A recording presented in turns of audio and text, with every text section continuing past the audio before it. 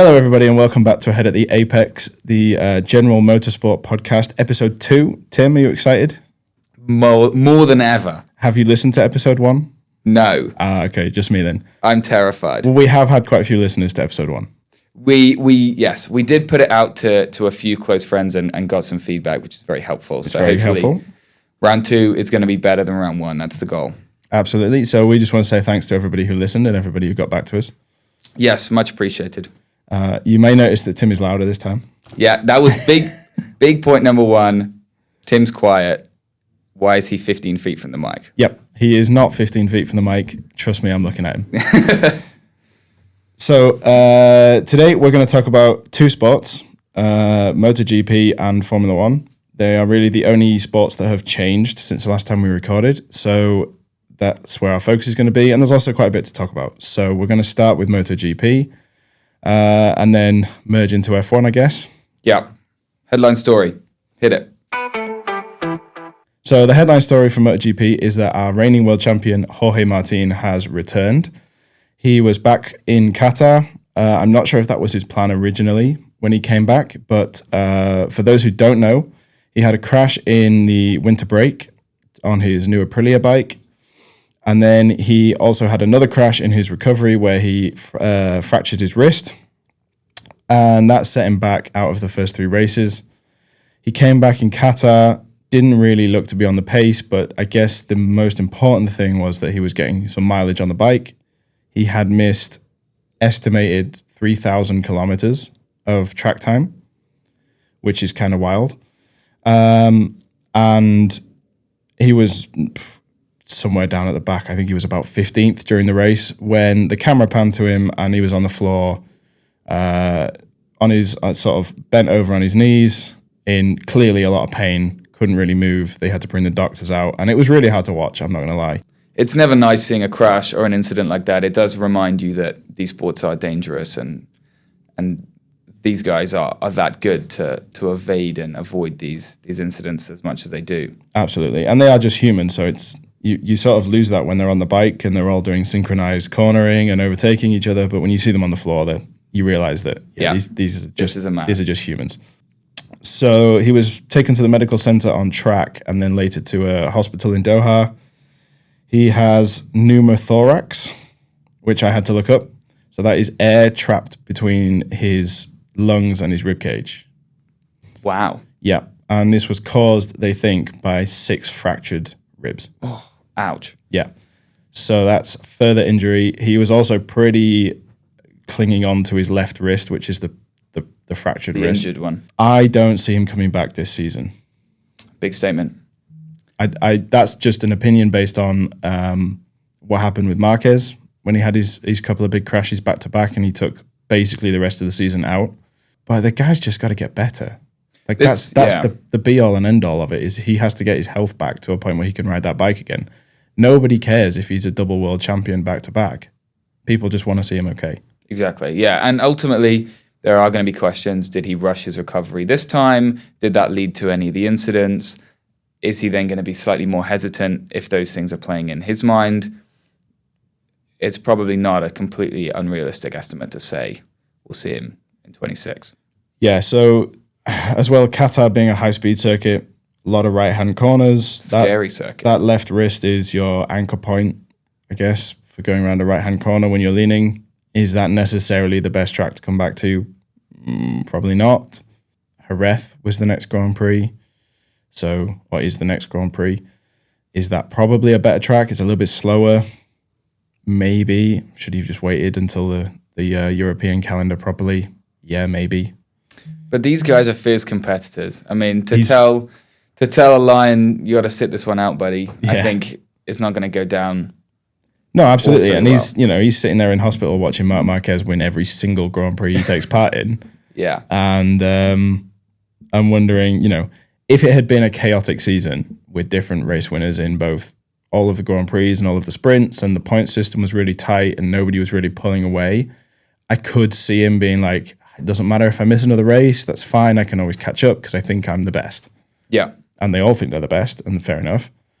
But to be in that position of watching somebody dominate and just pull away Yeah, That's got to play on the mind too. definitely. And you feel under pressure when you're sat there on 0 points, Absolutely. especially if you want to make a title charge. Yeah, and even Mark has been active on social media to say he wants Jorge back on the grid because I guess, yes, he wants a competition, but he also doesn't want this, if he wins this championship, for this championship to be remembered as, well, Mark only won it because Jorge wasn't in it. Yes, right? of course. So yeah, I mean, we hope he gets better soon. I want to see him, what he can do on that Aprilia. Yeah, we've not seen the best of him. We've not seen the best of him. It's rumored that bike is the second best bike on the grid. So we'll see. We will. Okay, Tim, what else happened in Qatar? In Qatar, the two brothers, the two big shots, collide. Mark took pole alongside his brother in P2, and on the run into turn 1, Alex dove for it and collided with his brother, who took just that sharper apex angle. Apex. So yeah, I don't know if you saw it. I mean, you're aware of the Qatar circuit at least. Yes. That first corner, it's a fast entry. It's a long way down to turn 1. Lots of multiple angles one could take. Mark chose this late break, sharp apex, tight exit. Alex chose early entry to run it out wide, presumably to defend from the outside because he was on the inside. Yep. And 2 into 1 never really works out. No. It took Alex's front winglet off on the left-hand side of his bike, and it took the rear winglet off Mark's bike. Yeah. And as we know, any loss of aero is awful. Yeah. Even on a bike, which it never seems to me that the aero actually does anything, but it clearly does because Mark was a bit slower than normal, as was Alex, and it forced him into some tricky situations down the pack, and he later didn't take out, but collided with Di Giannantonio. Yep. Received a long lap penalty, which was pretty much race over. I mean, yes. Damaged bike, lost 5 to 10 seconds in that long lap penalty loop, and also the time he lost off track with Di Giannantonio. Managed to fight back to, I think, 7th was where he finished, behind his rookie teammate. Not really good enough for a championship leader, is it? No. I think the collisions in of itself, maybe he just bit more than he could chew, wanted to get ahead of it and think, all right, let's control the race from the front. I'm in the championship lead. Why fight this? Of course, only really in that championship lead because of Mark's DNF last time. Maybe. You could argue that, but you could also argue he's in the lead because he was consistent. He has been. I mean, he on the podium each time. Yep. Besides this one, solid drives everywhere in both sprint and in race. So he is. I don't mean to discredit him. He's in good form, but if Mark finishes that race, likely in the lead. Arguably, still more consistent than Mark, because when Mark had a bad race, DNF'd. Alex has had a bad race and finished 7th. That's not... Yes. Later promoted to 6th, of course. Comparably, yes. You can say that they're one and the same. Yeah. So he actually only finished 2 seconds behind his teammate. And only 9.7 seconds behind his brother. So that's actually not too bad. If you think he lost 5 seconds, 6 seconds in the long lap, actually not bad. And his pace was pretty good, even with the damage. So a good fight. A good fight back. Okay, so I also wanted to talk about the previous race, the previous MotoGP race, because I sort of touched upon it in the first podcast, but I didn't really explain why what happened resulted in a delayed start. Mainly because, and I'll hold my hands up here, I had no idea. I didn't know the rule book properly, and I didn't have enough information. So that's on me. I'm about to set the record straight. Good, as you should. Yeah. So just a quick reminder, the last race in Texas at the Circuit of the Americas, or the Americas Grand Prix for MotoGP, it was the Moto3 and the Moto2 races had been wet. It had been raining in the morning. It had been sort of on-off wet all weekend long. And as the MotoGP bikes lined up for the start of the Grand Prix, it was sort of half and half as to whether it was better to go on a wet bike with wet tyres or to go on a dry bike with dry tyres. And sort of 10 minutes before the start of the race, they flew the flag that said, this is a wet race. You can choose, which means you can choose whatever bike you want. And you can choose whatever tyres you want. So Mark's watching the start lights, counting down to when the warm-up lap's supposed to begin, or the formation lap, if you're more familiar with that term. And just before the last opportunity, he sprints off the grid to go and get his dry bike. And he's followed by his brother and his teammate and a bunch of other riders. There's absolute chaos. There's riders running down the pit lane. There's teams running down the pit lane with bikes to give them an advantage. Maverick Vinales, for some reason, didn't have a bike on the grid at all, and he was just stood there at the front of the grid, like waving his arms about, like, where is my bike? Which was just a funny scene altogether. So what is supposed to happen? If a rider comes off the grid before the warm-up lap, they will retake their grid slot and serve a ride-through penalty. So if Mark disappears off the grid and goes to get his dry bike, he is allowed to reform because there is time. There's 3 minutes before the start of the warm-up lap. He's allowed to retake his grid position because the warm-up lap, they don't have to follow in order. It's not like F1. And he can take his pole position, but then he has to serve a ride-through. Ride-through is going to cost you 20, 30 seconds. So it's a big penalty. However, if more than 10 riders come off the grid to swap bikes, the start is delayed. And I've seen multiple different angles. All the teams and MotoGP posted about sort of the radio communications between the mechanics that were on the grid and the mechanics that were in the garage, clarifying rules. If we do this, what happens? If we do that, what happens? I want that other bike ready just in case he goes, this, that, and the other.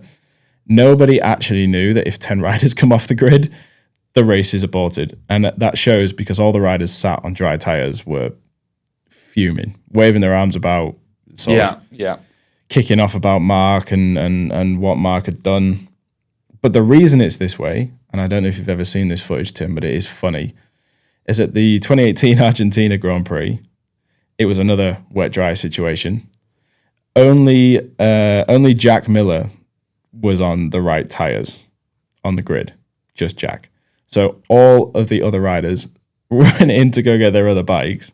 It caused absolute chaos because they should have retaken their grid place, but didn't. Should have served the drive-through penalty. So the way that they did this was they said, right, we fill up from the back, so the last place rider is on the last grid slot, which isn't always the case because there's more grid slots than there are bikes. Yep. And then second place will be the first rider in that pack. And then we'll have about 5 or 6 rows of empty grid slots. So this is markings on the road? Yeah, this is what would be like the box that they park their bike in, right? Yeah. So there's way more of them than they need at most tracks. And that's because the junior categories like Moto3, there's like twice as many bikes. So they have to be able to accommodate that. And World Superbikes sometimes race at these tracks. So there's obviously more than there needs to be. And you always have to accommodate for if more riders enter into a season, right? So Jack Miller took pole position, and then there's like 5 or 6 rows of empty grid places, and then there's the rest of the pack. And Jack just looks back as the lights are coming on like, I've got this in the bag. And he doesn't even make it down to turn 1 first. No. I mean, he kind of does, but he's already got the second and third like right behind him into turn 1. Yeah. Because he had no idea what the track was going to be like when he gets there, and they're all using him as a reference. So so he's more cautious than the rest of them. They've got longer to build up speed, so they approach faster. And then he's also the first reference for braking, so they also look at him and brake. By the time he gets to turn 2, they're all on top of him anyway. It made no difference. But it was just so funny. So to avoid that embarrassing confusion, they now have this rule where if 10 riders come in, that's it. We'll delay the start. We'll reform the grid as it was. You all get a second opportunity to change your bikes. Obviously, that means if it were dry to wet, perhaps now the wet is here.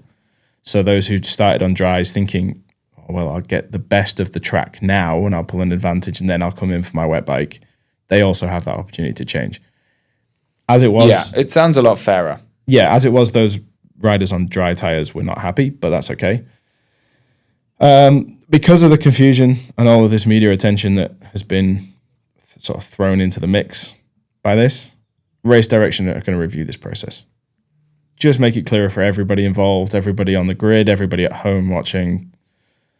We don't know what that will involve, but clarity is what's required.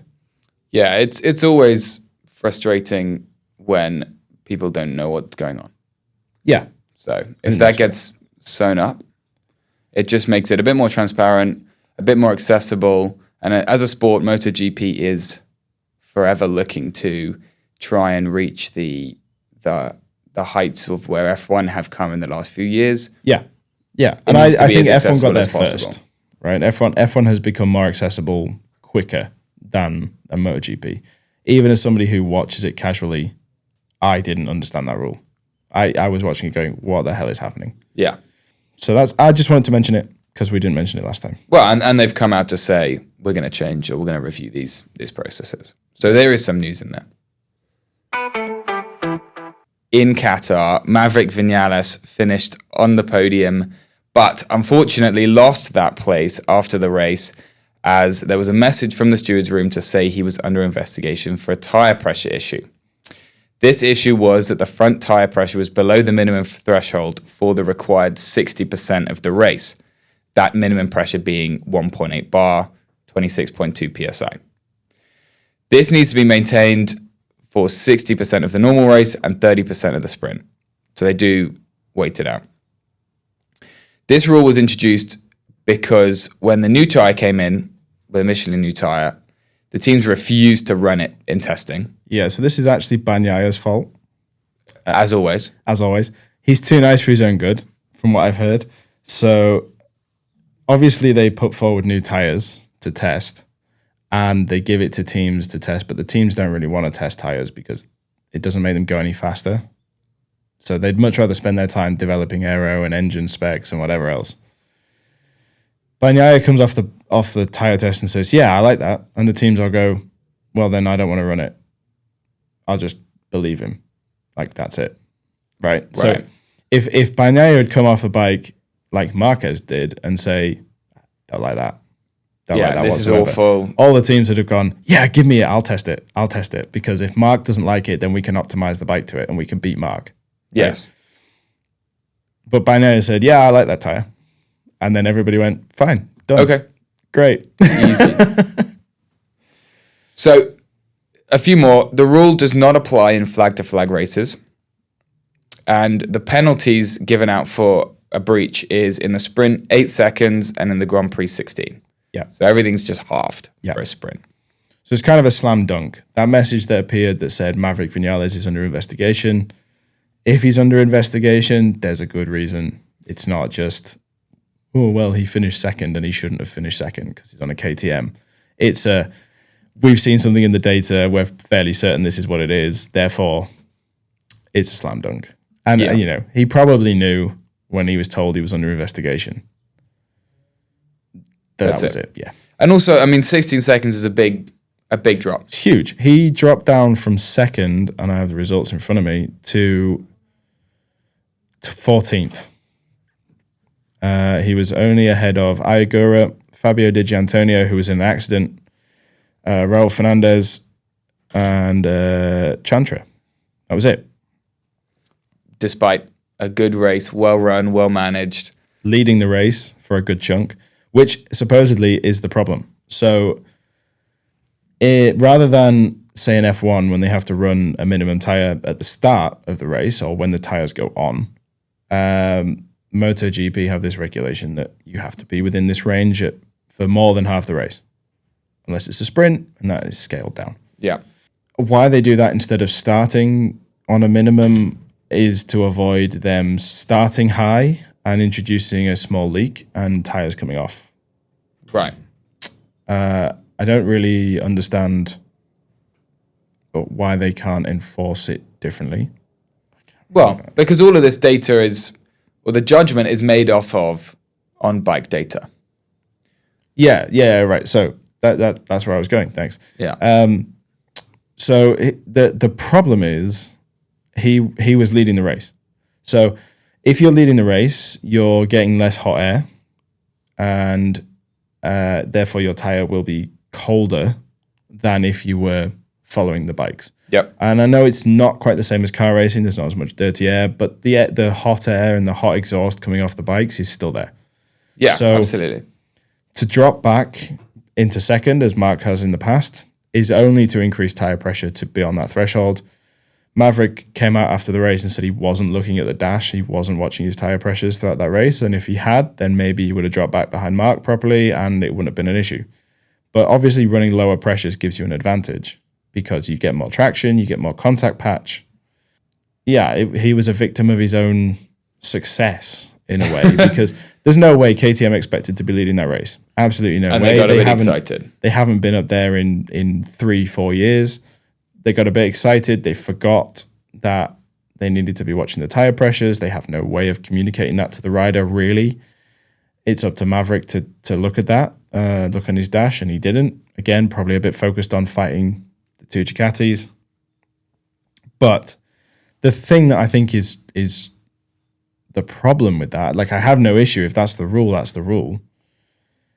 The guy did all the podium interviews. You know, he came off the bike, he was excited, he was thanking KTM, thanking Red Bull, and thanking everybody here, there, and everywhere.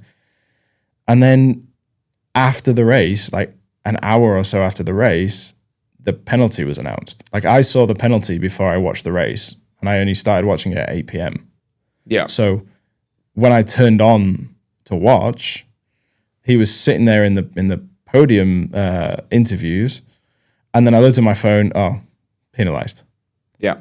So he went through all of that, and not just he went through all of that, we went through thinking he was going to be second, and Morbidelli sat in his garage doing post debriefs and you know, recovering, not getting to celebrate the fact that he just got a podium.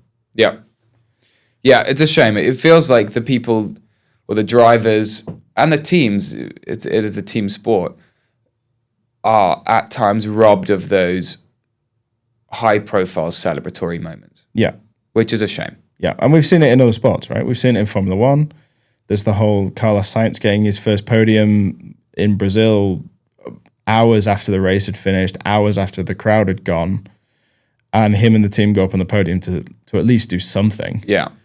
Some more recent ones, Gasly getting disqualified after the race, Leclerc and Hamilton getting disqualified after the race. Vettel in Hungary for his Vettel fuel. in Hungary put in one of the best performances I've ever seen from him, and then after the race, disqualified. Yeah. But does the podium celebration. It's not good enough. It's a shame. I think I always find that in both championships, there seems to be a rush between race finish and podium celebration, etc. Yeah. And there's probably good reason for that, especially when you're moving to a different track the next week and you've got to start packing gear up and moving things.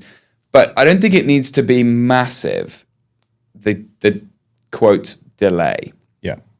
Because, and there are often times when penalties that are flagged as being under investigation during the race are deemed to be actually investigated after the race. Yeah. So there's no real attempt to do that. So if you then don't give the time between the end of the race and the celebrations to do those investigations, you're sort of immediately saying, we are going to potentially affect the result. And if this investigation that they are going to do affects one of the podium sitters or potentially someone scoring points for the first time, big moments for midfield teams, you're almost forcing these kind of situations, and it is really disappointing to see. Yeah, very well put. What I'm not suggesting is that we delay the podium by hours. No, it can't be. People cannot be expected to. Yeah, but you also lose that raw reaction, right? Like particularly in Formula One, where the races are an hour and a half, 2 hours sometimes. What you don't want is, let's say when the Vettel incident. So you don't want Esteban Ocon to win his first race, defend from a 4-time world champion, and hold off a 7-time champion chasing him down over a space of 2 hours, come all the way off that adrenaline, and then 3 hours later do the podium. Because he won't be as emotional. It won't be as spectacular to watch him celebrate his first win if he's doing it after he's had about 15 media interviews and a debrief, and he's gone to the team and he's had a shower and changed and put on jeans and a t-shirt, right? It won't be the same. And you also don't want drivers to leave the track and go to the next race or go home between the end of the race and the podium.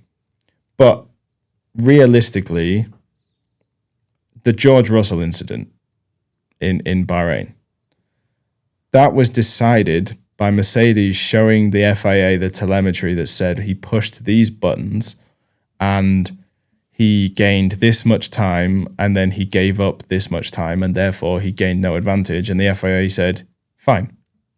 Exactly. Why can't that be done in the 5-10 minutes after the race? Why can't that even be done in the 5-10 minutes during the race? I mean, okay, I guess Mercedes need to then extract data, send data, but it's not hard, or you expect it to be something that could be done if it were required. Yeah, even if you have to plug in a laptop into the Mercedes car to download that data. Yeah, just at the end, it comes in, parc fermé, USB stick. You know as Mercedes what lap that was. Yeah. Right? So you know the timestamp on that piece of information. Yeah. It's 2-3 corners was the time frame. So you're looking at 10 seconds of information. The FIA is standing right there. Just show them that information. Yeah. Let them report back to the stewards. The stewards say, yeah, we deem that okay.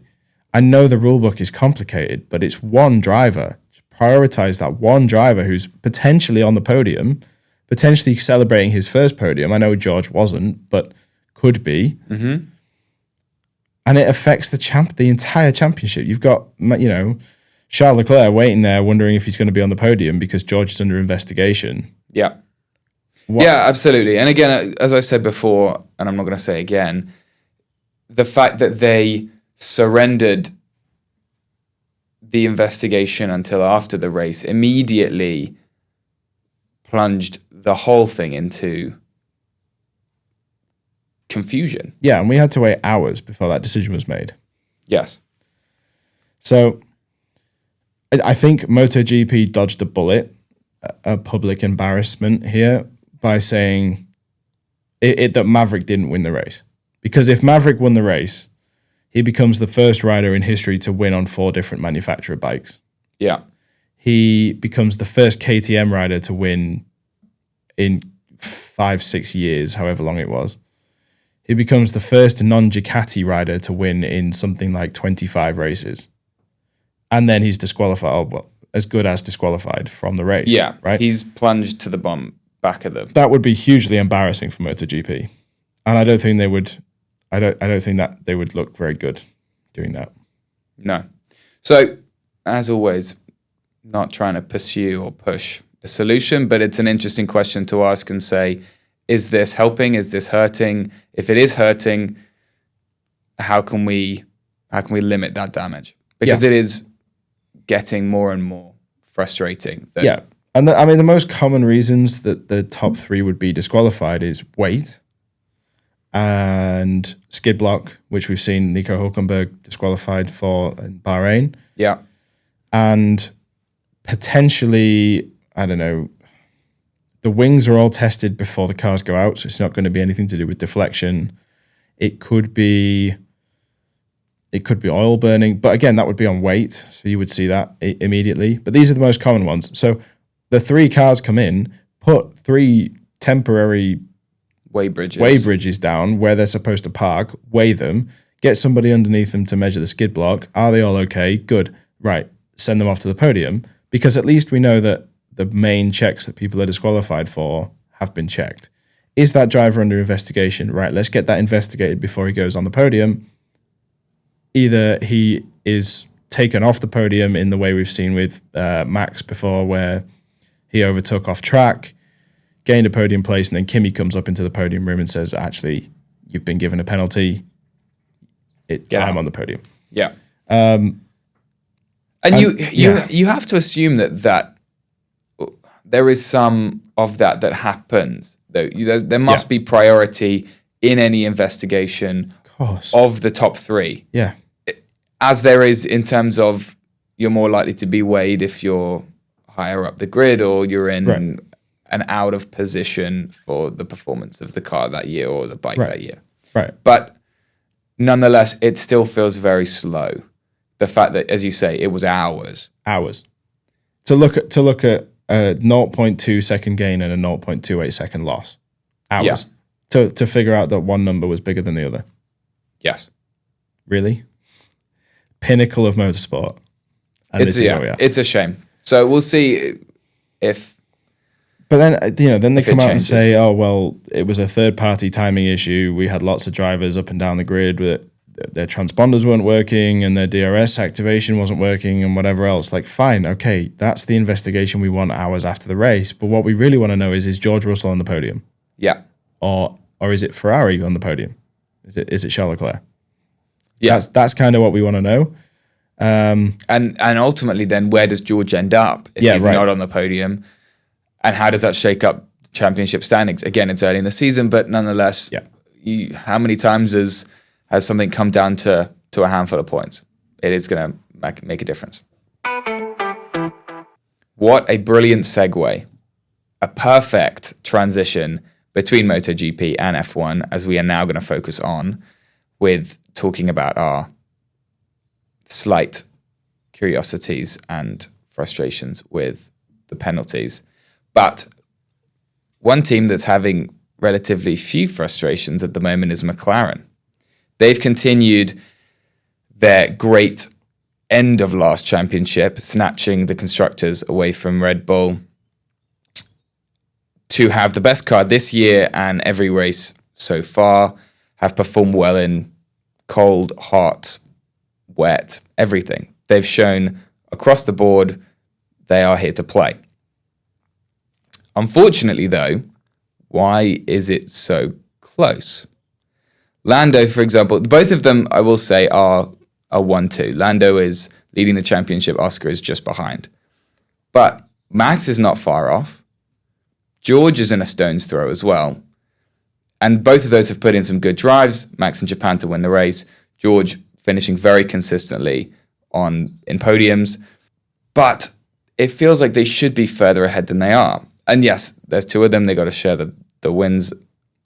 But Lando's only 1 point ahead of Max going into the race in Bahrain. Yep. And he's finished 8 points ahead. Yeah. So, yeah, I mean, obviously Lando finished on the podium, so Max didn't, and Max, therefore, the gap has increased. But you're right. So it's 3 points between Lando and Oscar, and it's 6 points between Max and George. And we'll talk about that particular gap in a bit because it's quite spicy. So McLaren have clearly the best car. You're right. Everybody who commentates on this or is knowledgeable about this can appreciate that McLaren is something else. And they have arguably had the best package at all races. Max obviously taking the Japanese Grand Prix, but that was under different circumstances. That was really one in qualifying. There's no reason McLaren shouldn't have had a 1-2 at every single race. So they should have had a 1-2 in Australia. They should have had a 1-2 in Japan, but didn't. They did have a 1-2 in China, and arguably they should have had a 1-2 in Bahrain, but Lando's qualifying let him down. He made it difficult for himself. He obviously had the start issue where he not necessarily jumped the start, but he wasn't in his grid box properly. Received a 5-second penalty and then got stuck a little bit fighting the Ferraris, overtook Hamilton off track, so had to give that place back. Couldn't get past Leclerc because Leclerc is exceptionally good at defending at Bahrain, as we've seen in the past. I think his racecraft, actually, just a sidebar, is one of the best on the grid. Leclerc. Yeah. The way he fights Verstappen is on par with the way Lewis used to fight Verstappen. I haven't seen that yet from the McLaren drivers. There's nothing they've shown that's convinced me that they can defend against Max. Yes. But that's a sidebar. This isn't to toot Ferrari's horn, but No. But what I'm trying to say is it wasn't easy for Lando, and it wasn't easy for good reason, because Leclerc is good at defending. Yes, yeah. It wasn't as if Lando put in an abysmal performance. Yeah. But this is quickly barreling towards a problem for McLaren. Yes. They have two drivers separated by 3 points. They have a clear lead in the constructors. They have clearly the best car, at least until we believe the Spanish Grand Prix, when a new regulation will come in about wing deflection. What do they do?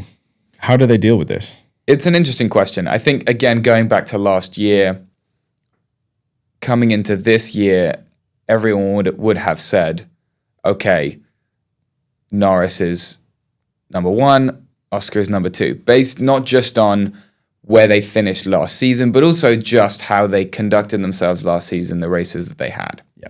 And experience. Of course. Lando's got a big part. 4 seasons more experience than Oscar. Yes. But the wins that they've shared, so Oscar last time, a very comfortable win in Bahrain. Lando, a nice win in Australia. Oscar slipped up, literally, on the grass. Literally. I don't know how that would have finished if Oscar hadn't. No, which obviously is a shame because it's his home race. But hopefully he'll get another shot. In Japan, of course, lost it to Max. And China, Oscar had another relatively comfortable win. Yeah, absolutely. So in Bahrain, he finished 15 seconds ahead of George. And in China, it was nearly 10 seconds ahead of Lando. Yeah. But so obviously Lando had the brake issue at the end. He did, and he had the penalties and all these things. Yeah. But it's interesting. And I think this is really reflective, as you mentioned, with the changes coming in Spain. Is their advantage going to be as strong? Yeah. Likely no. It does have a bit of a button 09. Do they need to perform well, capitalize on the points where they have the big advantage, and just have the padding that in the second half of the season, when the other teams are brought closer into contention, they can lose those points and still be comfortable? We saw it with Max last year. Absolutely saw it with Max last year. Yes. So Max had the best car at the start of last year, but it didn't take long for everybody else to catch up. And it was Miami, really, when was Lando Miami. and McLaren came So it wasn't even that late in the season, really. So, but Max didn't fall off as much as, say, button 09, yes. right? Yeah. But Max had that buffer, and that's all he needs. And McLaren need to have already picked that driver that they're going to give preferential treatment to, in my opinion, because if they don't, what they're going to find is that they're only 10 points ahead of Max when Max gets a car that can win races again, which we believe Red Bull very confident Spanish Grand Prix. Yeah. Right, which isn't far away. We have Miami after Saudi, and then we have the triple header, which begins with the Spanish Grand Prix, if I'm not mistaken. So they've got Imola, then Monaco, then Spain. So we've got 1, 2, 3, 4 races where McLaren, we believe, will have the fastest car by a long way, and they're not doing enough with it. Yeah, I tend to agree. I think where they sit now, you wouldn't, if you look at the championship, you could not tell that they had the best car. There are and they 4 do drivers clearly ahead in the championship. 2 of them happen to be McLaren drivers. One of them is George Russell. One of them is Max Verstappen. Yeah. And they have double the points of Charles Leclerc in 5th, at least. I also think there's some strategy points that come into mind. For example, in Japan, they didn't try to do a whole lot. Lando never developed a tyre offset to Max. They couldn't really attack him on strategy, or well, they could have, but they chose not to attack him on strategy, and it almost forced them to finish where they did. So I want to just add to that. We saw with Kimi Antonelli that giving yourself a tire offset was actually quite powerful in Japan. Yes, Mercedes left him out for far too long and he could never do anything with it when he caught the back of George. But why did they had 2 cars against Max? Why did they not try something, right? The worst that was going to happen is that Piastri was going to have to overtake Leclerc, and we believe that would have been quite easy. Yeah. So leave Lando out for 5 more laps and just give him that 5-lap offset. Why put yourself in a hard position? And you say to Oscar, okay, there's a chance that Lando comes out behind you, and if that happens, we will give you a few laps to attack Max, and if nothing happens, we'll swap the cars around, because we've introduced this to try and go for Max. Yes. And we've seen in the past that Oscar will just say yes to that, as will Lando. Yeah, especially if it's done fairly. Hamilton, Bottas in Hungary, for example. Yeah. If I can't do it, we'll swap back. Fine. But we'll give it a go. Yeah. That was the point. But they just didn't. They just followed Max into the pit lane. Max had a slow stop. And then there was the incident at the edge of the pit lane, which was the only cutting thing the grass that happened in that entire race. And that was kind of it. And there was never an opportunity for the McLarens to attack, because there was never a tyre offset. And there's never I think Stella said after the race you needed 0.8 of a second advantage over the car in front. Never going to happen if you're on the same age tyres. Never going to happen if you're following for 30 odd laps and burning your tyres up. So do something. If you knew what the advantage was, gamble. Do something.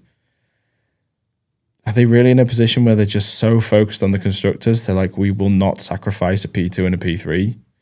Well, that's a good point. And actually, I was going to pose a question, which is, on paper, both of these guys are very, very quick, both very hungry. Norris has been waiting for a long time. He bought into the McLaren journey and has been there for a long time. Who's going to come out on top?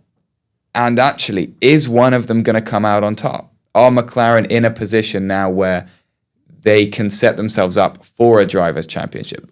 As we know, it's different than a constructors' championship. And they proved last year we have the mentality to put in consistent performances over 2/3 of the season, and we can win it and develop into a constructor winning team. But the drivers is a different beast. We've seen that with Red Bull almost forever. They are a driver's team.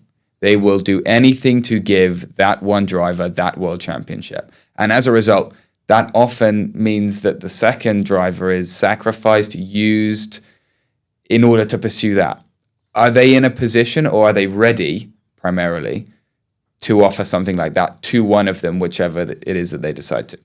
Yeah, realistically, the last driver that won a world championship, not at the sacrifice of their own teammate at times, was Nico Rosberg. Realistically, 10 seasons ago. And even before then, you would argue Vettel in 2013. I mean, Max lost year before last as well. In 23. Yeah, they didn't really. Did they not sacrifice Perez to the Wolves? I mean, they built a car around Max. Oh, okay, fine. Yes, in terms of the garage, maybe, but and the on same track, with Vettel at Red Bull. They built a car around him. We saw Webber drop off over that time. They preferenced one teammate. I'm not saying deliberately, Valtteri, it's James, get out of the way. But but what I am saying is that no longer the way the team is no longer is Formula One a case of, right, we'll just send them out in the same cars and see who wins. It's not really been that way since, Prost and Senna. Yeah. Also a McLaren problem that they had, and statistically not gone well for McLaren when they've allowed their drivers to do that. No, I also think you mentioned Webber. Yeah. He must be grinning ear to ear at the moment as his famous not bad for a number 2. Yeah. And as we have said, Lando coming into the season as the expected number 1, Oscar really pushing that question, and on the last few races can sort of say,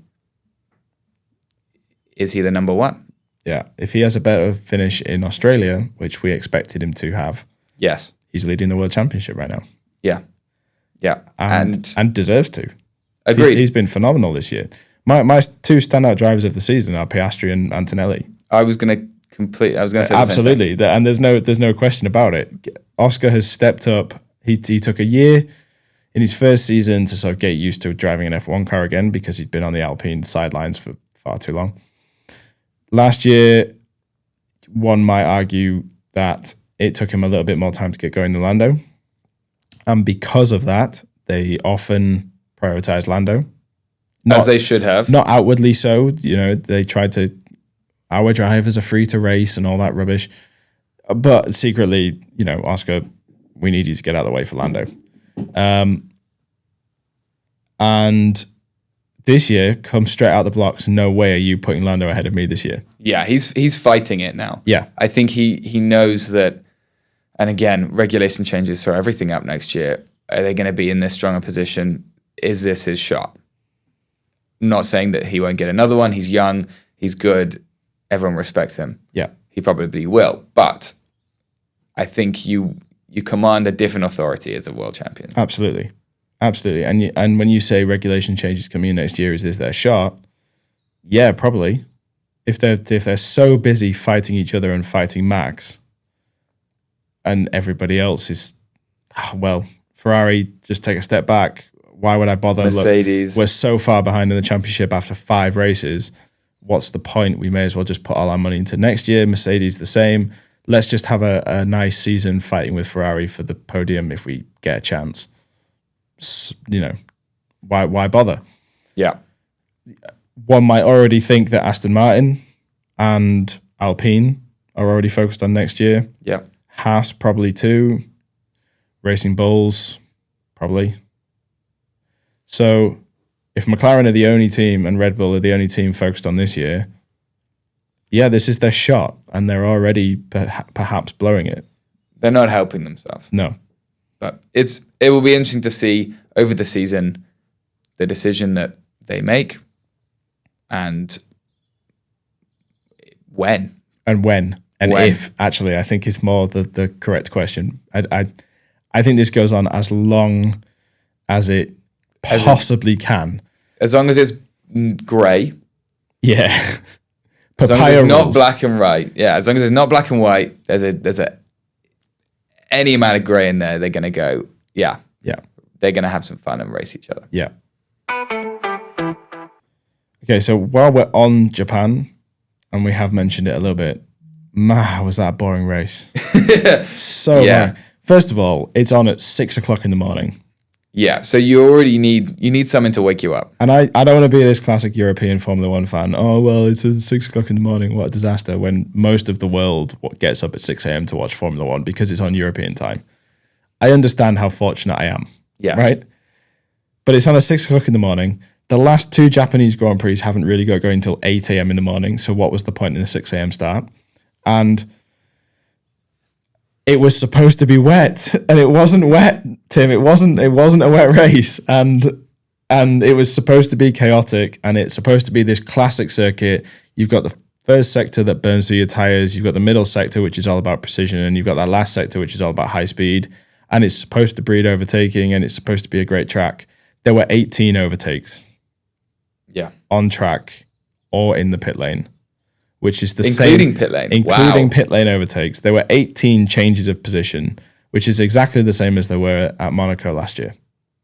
And people slated Monaco last year. Yeah. Yeah. A growing sense of F1 has moved beyond Monaco. And because it's no longer fun. And perhaps Suzuka. And growing to a lot of these old, as you say, classic tracks. When Japan also has Fuji and I've forgotten the name of the MotoGP track, but that track. Yeah. Which are wider, stop-start corners that breed overtaking, not high speed, following the car in front, burning your tires up tracks. Why still go to Suzuka, and why resurface it so that you get no tire degradation? Exactly. Yeah, I think that's the important point is the tire deg. George Russell said or came out to say, whenever they need resurface things, they need to give us softer compounds just to give us a chance of some deg, Yeah. so that we can have some strategy conversations. There can be some offset. There can be something. If it gets to a point where anyone can just run the medium the whole race, There's a problem. yeah. And whereas Bahrain, that track surface is older than you, Probably. Yeah. and it gave a great race. It was an organic 2-stop. Yeah.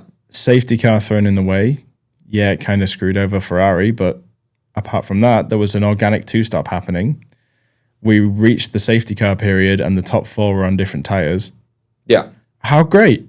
That's what we want in Formula One. That's a race. That is a race right there. It's a race. These guys are fighting. They are scrambling. They're doing everything they can in car, on the pit wall, in the strategy box to improve that outcome. That's exciting. Yeah. And you don't have this, oh, well, they have to make 2 stops. They have to use all 3 tires. It was a choice, right? Yeah. George Russell going onto the soft tires at the end of the race was a choice. He had a free choice and he chose that way instead of the hards.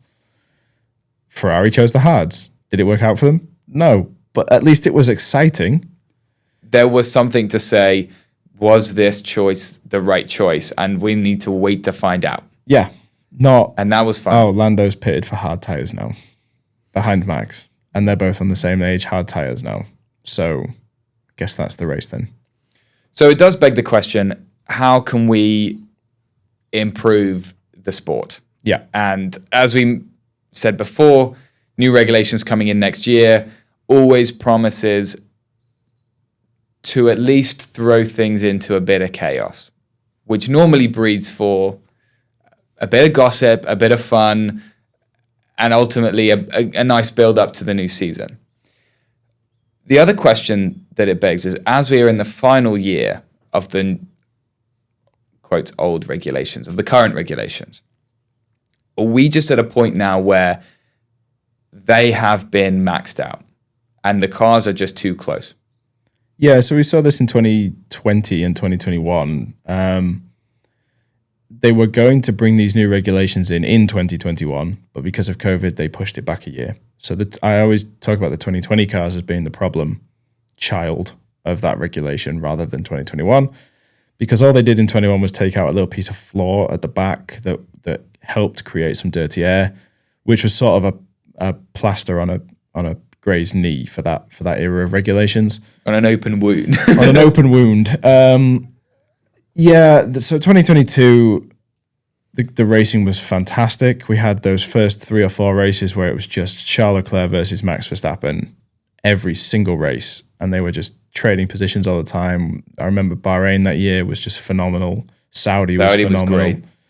I think, it's a good point. And I think what made them great, and this is a bit of a leading point, what made them great was not that there was tons of DRS overtaking.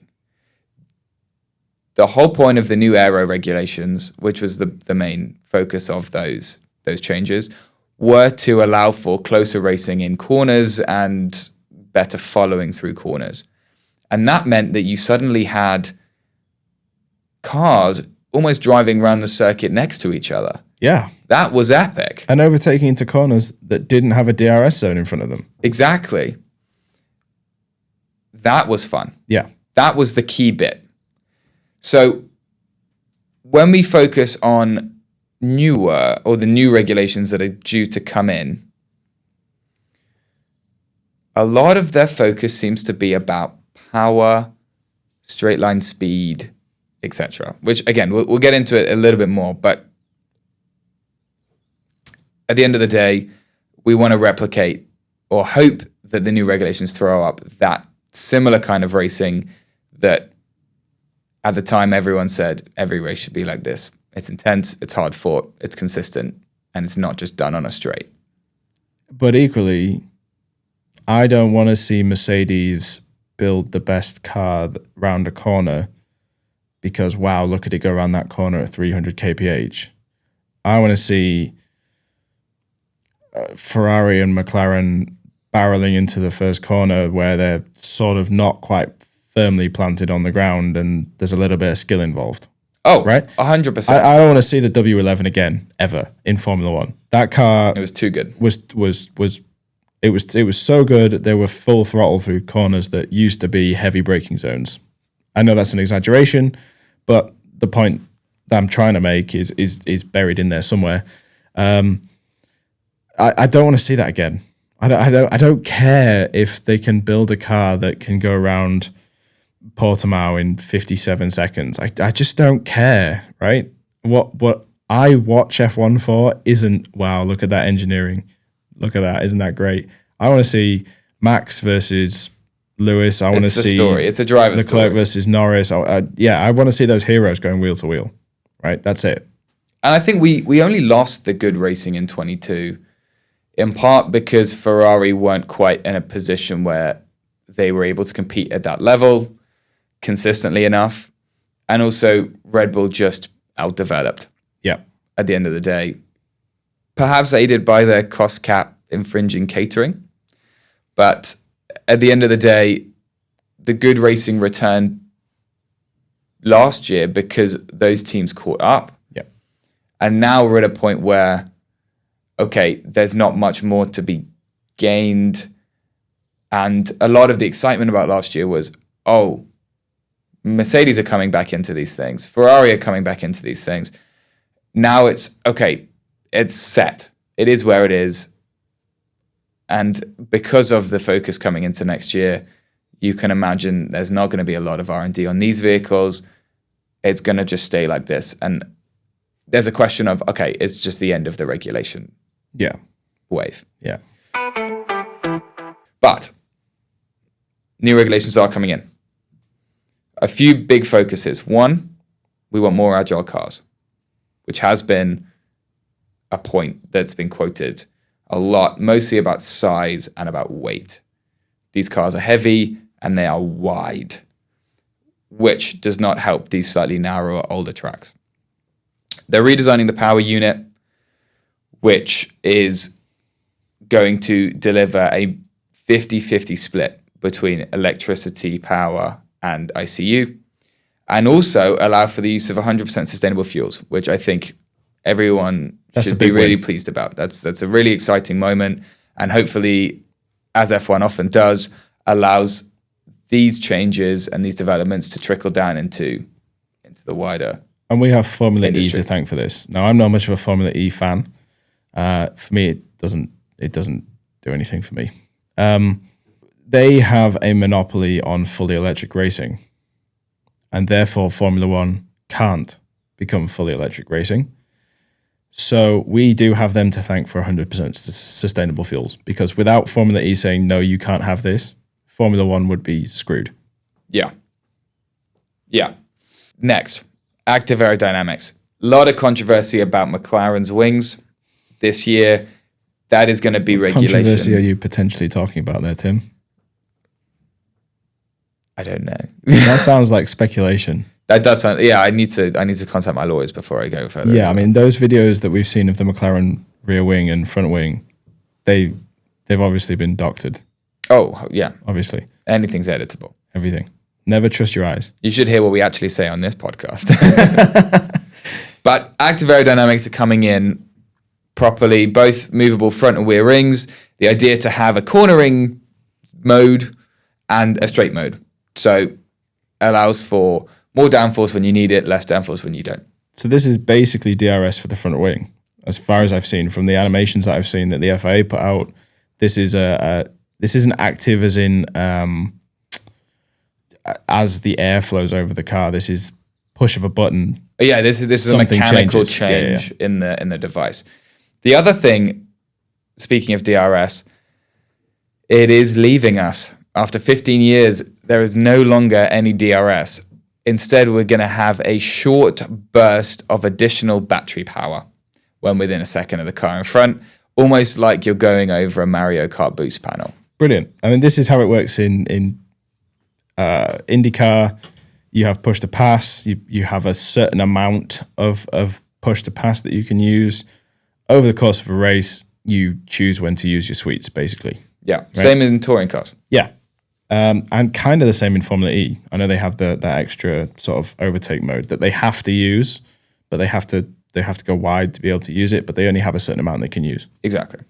So all in all, I think when you look at it on paper, it's going to make things a bit better. I think the lighter cars, we're losing 30 kilos, Yep. which is big. We're also losing 200 millimeters on the wheelbase, and we're losing 100 millimeters on the car width. Yeah. Which is not insignificant numbers. So that's hopefully going to make the racing a bit closer. It's going to bring these older trucks back into contention for these really, really exciting races. Yeah, I would even go further and if I were designing the regulations, I would get rid of that active aerodynamics part and I would just strip back the aero. Because what you want is a car that isn't as quick in a corner so that the braking zone becomes more of a challenge. Yeah. And the if skill, this can the driver achieve that, skill then is great. Yeah. Driver skill becomes better. If not, we're just going to see more of the same. Yeah.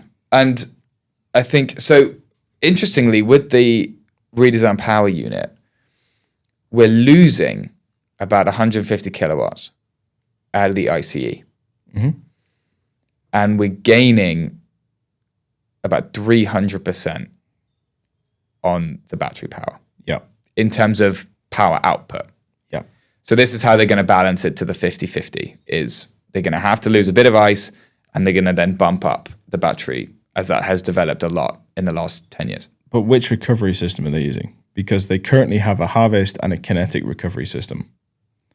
So one is on throttle coming off on the overrun, and one is on braking energy recovery, which is how KERS used to be back in the early 2010s. It was all braking recovery. So as you brake, the energy that you can generate from braking charges the battery, and then you can deploy and you build your battery up over the race. Then in 2014, they made it a hybrid system, so you also get that on throttle off as well as braking. But they're getting rid of MGUH, which is the harvesting one. Yeah. Max has expressed concerns that there won't be enough battery power to use the entire race. Well, I was going to say, if they have these nice active aero that make it a bit better in corners, etc., and you're braking less because you can carry more speed, are you going to have enough? That's bad, right? It's bad for the battery recovery system. It is. But again, a lot of this stuff we will have to just wait and see. Yeah. Which is all exciting. Yeah. And obviously the reigning world champion is going to be kicking off about new regulations because that's what they always do. Yeah.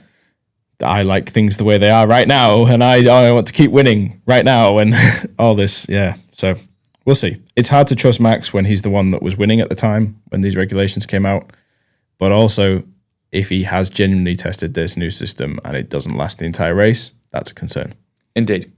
And there have been a few whispers here and there, nothing confirmed, but Mercedes are the name that are thrown about in terms of having at least a power unit advantage. Right. Going into next year. As per. Okay, so we're going to finish off with a championship summary. The last thing we're going to talk about, I promise, and then you can go back to your days not listening to our lovely voices anymore.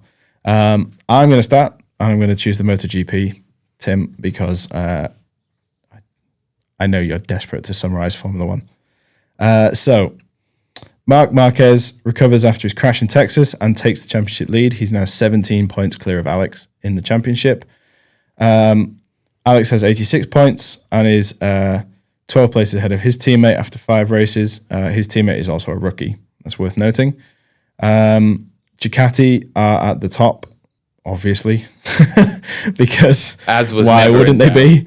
They're ahead of the VR46 team in the Constructors' Championship.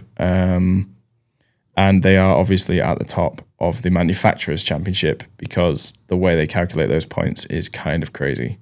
I thought it was very interesting that there is a growing gap between the top 3, actually, which we'll also see in the F1, and that third place already has more than double the points of 5th place. So there really is just a few guys that are really crushing it week in, week out. Yeah, it's consistency, and you've got Marquez almost double the points of fourth place. Never mind fifth place. He's almost 3 times fifth place at the top of the standings, and the problem is, as it always has been, in modern day motorsports, is that the advantage for winning is so great. So if you're winning every week, obviously you're miles ahead. It is what it is. Red Bull, KTM aren't going to finish on the podium. This is a fight between Gresini and VR46 and Lenovo Ducati. Ducati. It's just the flavor of MotoGP at the moment, I'm afraid. Absolutely. So their next race is next Sunday, the 27th in Spain.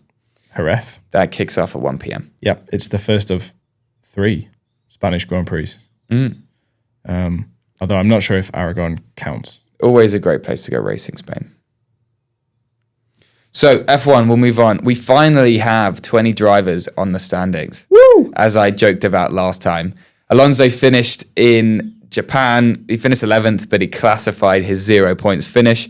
So he was finally put onto the leaderboard with everyone else. It's a beautiful thing. Yuki's also scored his first points at Red Bull. He's there on 5. And half of this year's rookies, half if you include Lawson as a rookie, have scored. Kimi on 30, he's in P6. Behrman scored 6, he's in P13. And Hadjar, 4 points last time out. He puts him in P15. Behrman is crushing it as well. Behrman's crushing it, having crushed the car a bit too much in Australia. But beyond that, he has recovered well. He has recovered well. I agree. Did you hear his dad's message at the end of the Bahrain race? His dad's lovely. His dad is such a sweetheart. Yeah, it's always nice to hear. And whenever they show him in the garage, he's always there, like biting his fingernails. Like, he I'm always really worried looks about him. Yeah, he always looks just transparently nervous. Yeah, which I think is lovely. There is also a similar growing divide between the top 4 and the rest of the field. George, who's in P4, is on 63. Leclerc P5, 32. So again, double. Yeah, in 4 races. Yeah.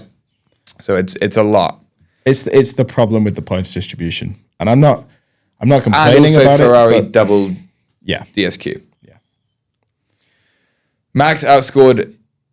So both of his teammates. This is obviously Lawson and Tsunoda. He's outscored both his teammates by 64 points in the first 4 races. Now, of course, this is a very misweighted statistic at this point. Yuki's just got in the car for the first time. Both of them have only had 2 races out. But the difference right now is 64 points. If this Which means was his to teammates have continue, only scored 5 points. 4. 5. Yes, yeah. Yuki's 5. Correct. Yeah. And yeah, because Lawson finished last at everything. If this gradient, if this pace of point outscoring were to continue, by the end of the year, the difference, 384 points. That's huge. Which, by the way, Perez's largest gap, which was abhorrent and appalling and revolting, and he should retire and he should leave Earth, was 251. So, okay, and that was 2023. 2023. Yeah, that was the year that Perez, the gap between Perez and Max was bigger than the gap between Perez and Sargent. No, it was the gap between Perez and Max was bigger than the gap between all other teammates combined. Right, but yes, okay, yeah, Max scored more than half the points of everybody, essentially. Yeah. 3, as we said earlier, the 2 McLaren boys at the top, separated by only 3 points. And Piastri gaining back all of those losses in Australia after we went for a slip and slide in the grass. Lando yet to finish off podium, though. So he is consistent. That is good. But a race win behind Oscar. Oscar is 2-1 up. So the interesting thing there, and we won't go into it too much now because it's quite a heavy topic and I want to let it breathe a little bit, is Max is 6 points away from not being third in the championship. Yeah. Which means his contract activation clause may kick in. This is a great point. And I think also something that we can discuss with the constructors' positioning as well at some point. But let's see what happens in this weekend. Actually, Easter Sunday, we're in Saudi on the 20th, kicking off in the UK at 6 p.m. Yeah. So we'll see how does that shake things up. Absolutely. Again. Last but not least, we need to say WEC at least one time this episode. Nothing's happened since the last time we recorded. I did chat. I've been keeping up to it, but they're racing this weekend in Imola, the 6 hours of Imola, starting at 1 p.m. So you can watch 5 hours of that before swapping over to Saudi for the F1. Yeah, so the first 5 hours before anything really matters. Before the exciting bit. And then it's Saudi, and that's where I'll be watching. Yes, yeah. No, if you've got an afternoon free. Yeah. I might do it the other way around. I might watch Formula 1 at 6 and then have a late night binge. A late night binge of the World Endurance Championship. That would be lovely. I think, a few points following on from last week. Aston are exciting to watch. A Porsche going to recover. Yep. A lot of storylines in there, which I'm sure we'll get into next time we speak. But for now, we still love WEC. Yeah, but we haven't forgot about WEC. We will only have had one of each race from F1 and MotoGP the next time we record. Yeah. So it's going to be a lot more evenly spread. Yeah. And as I said, we still love WEC. Hard to talk about something that hasn't happened. Indeed. But yeah, thanks again. Appreciate your company as always, Josh, and also lovely viewer. Or listener, sorry. Listener. Yeah, we're not viewing yet. I'm a product of YouTube. You're a YouTube baby. I am. But yeah, lovely to talk. And we'll see an exciting few weeks. Yeah. All right. See you next time, everybody. Peace.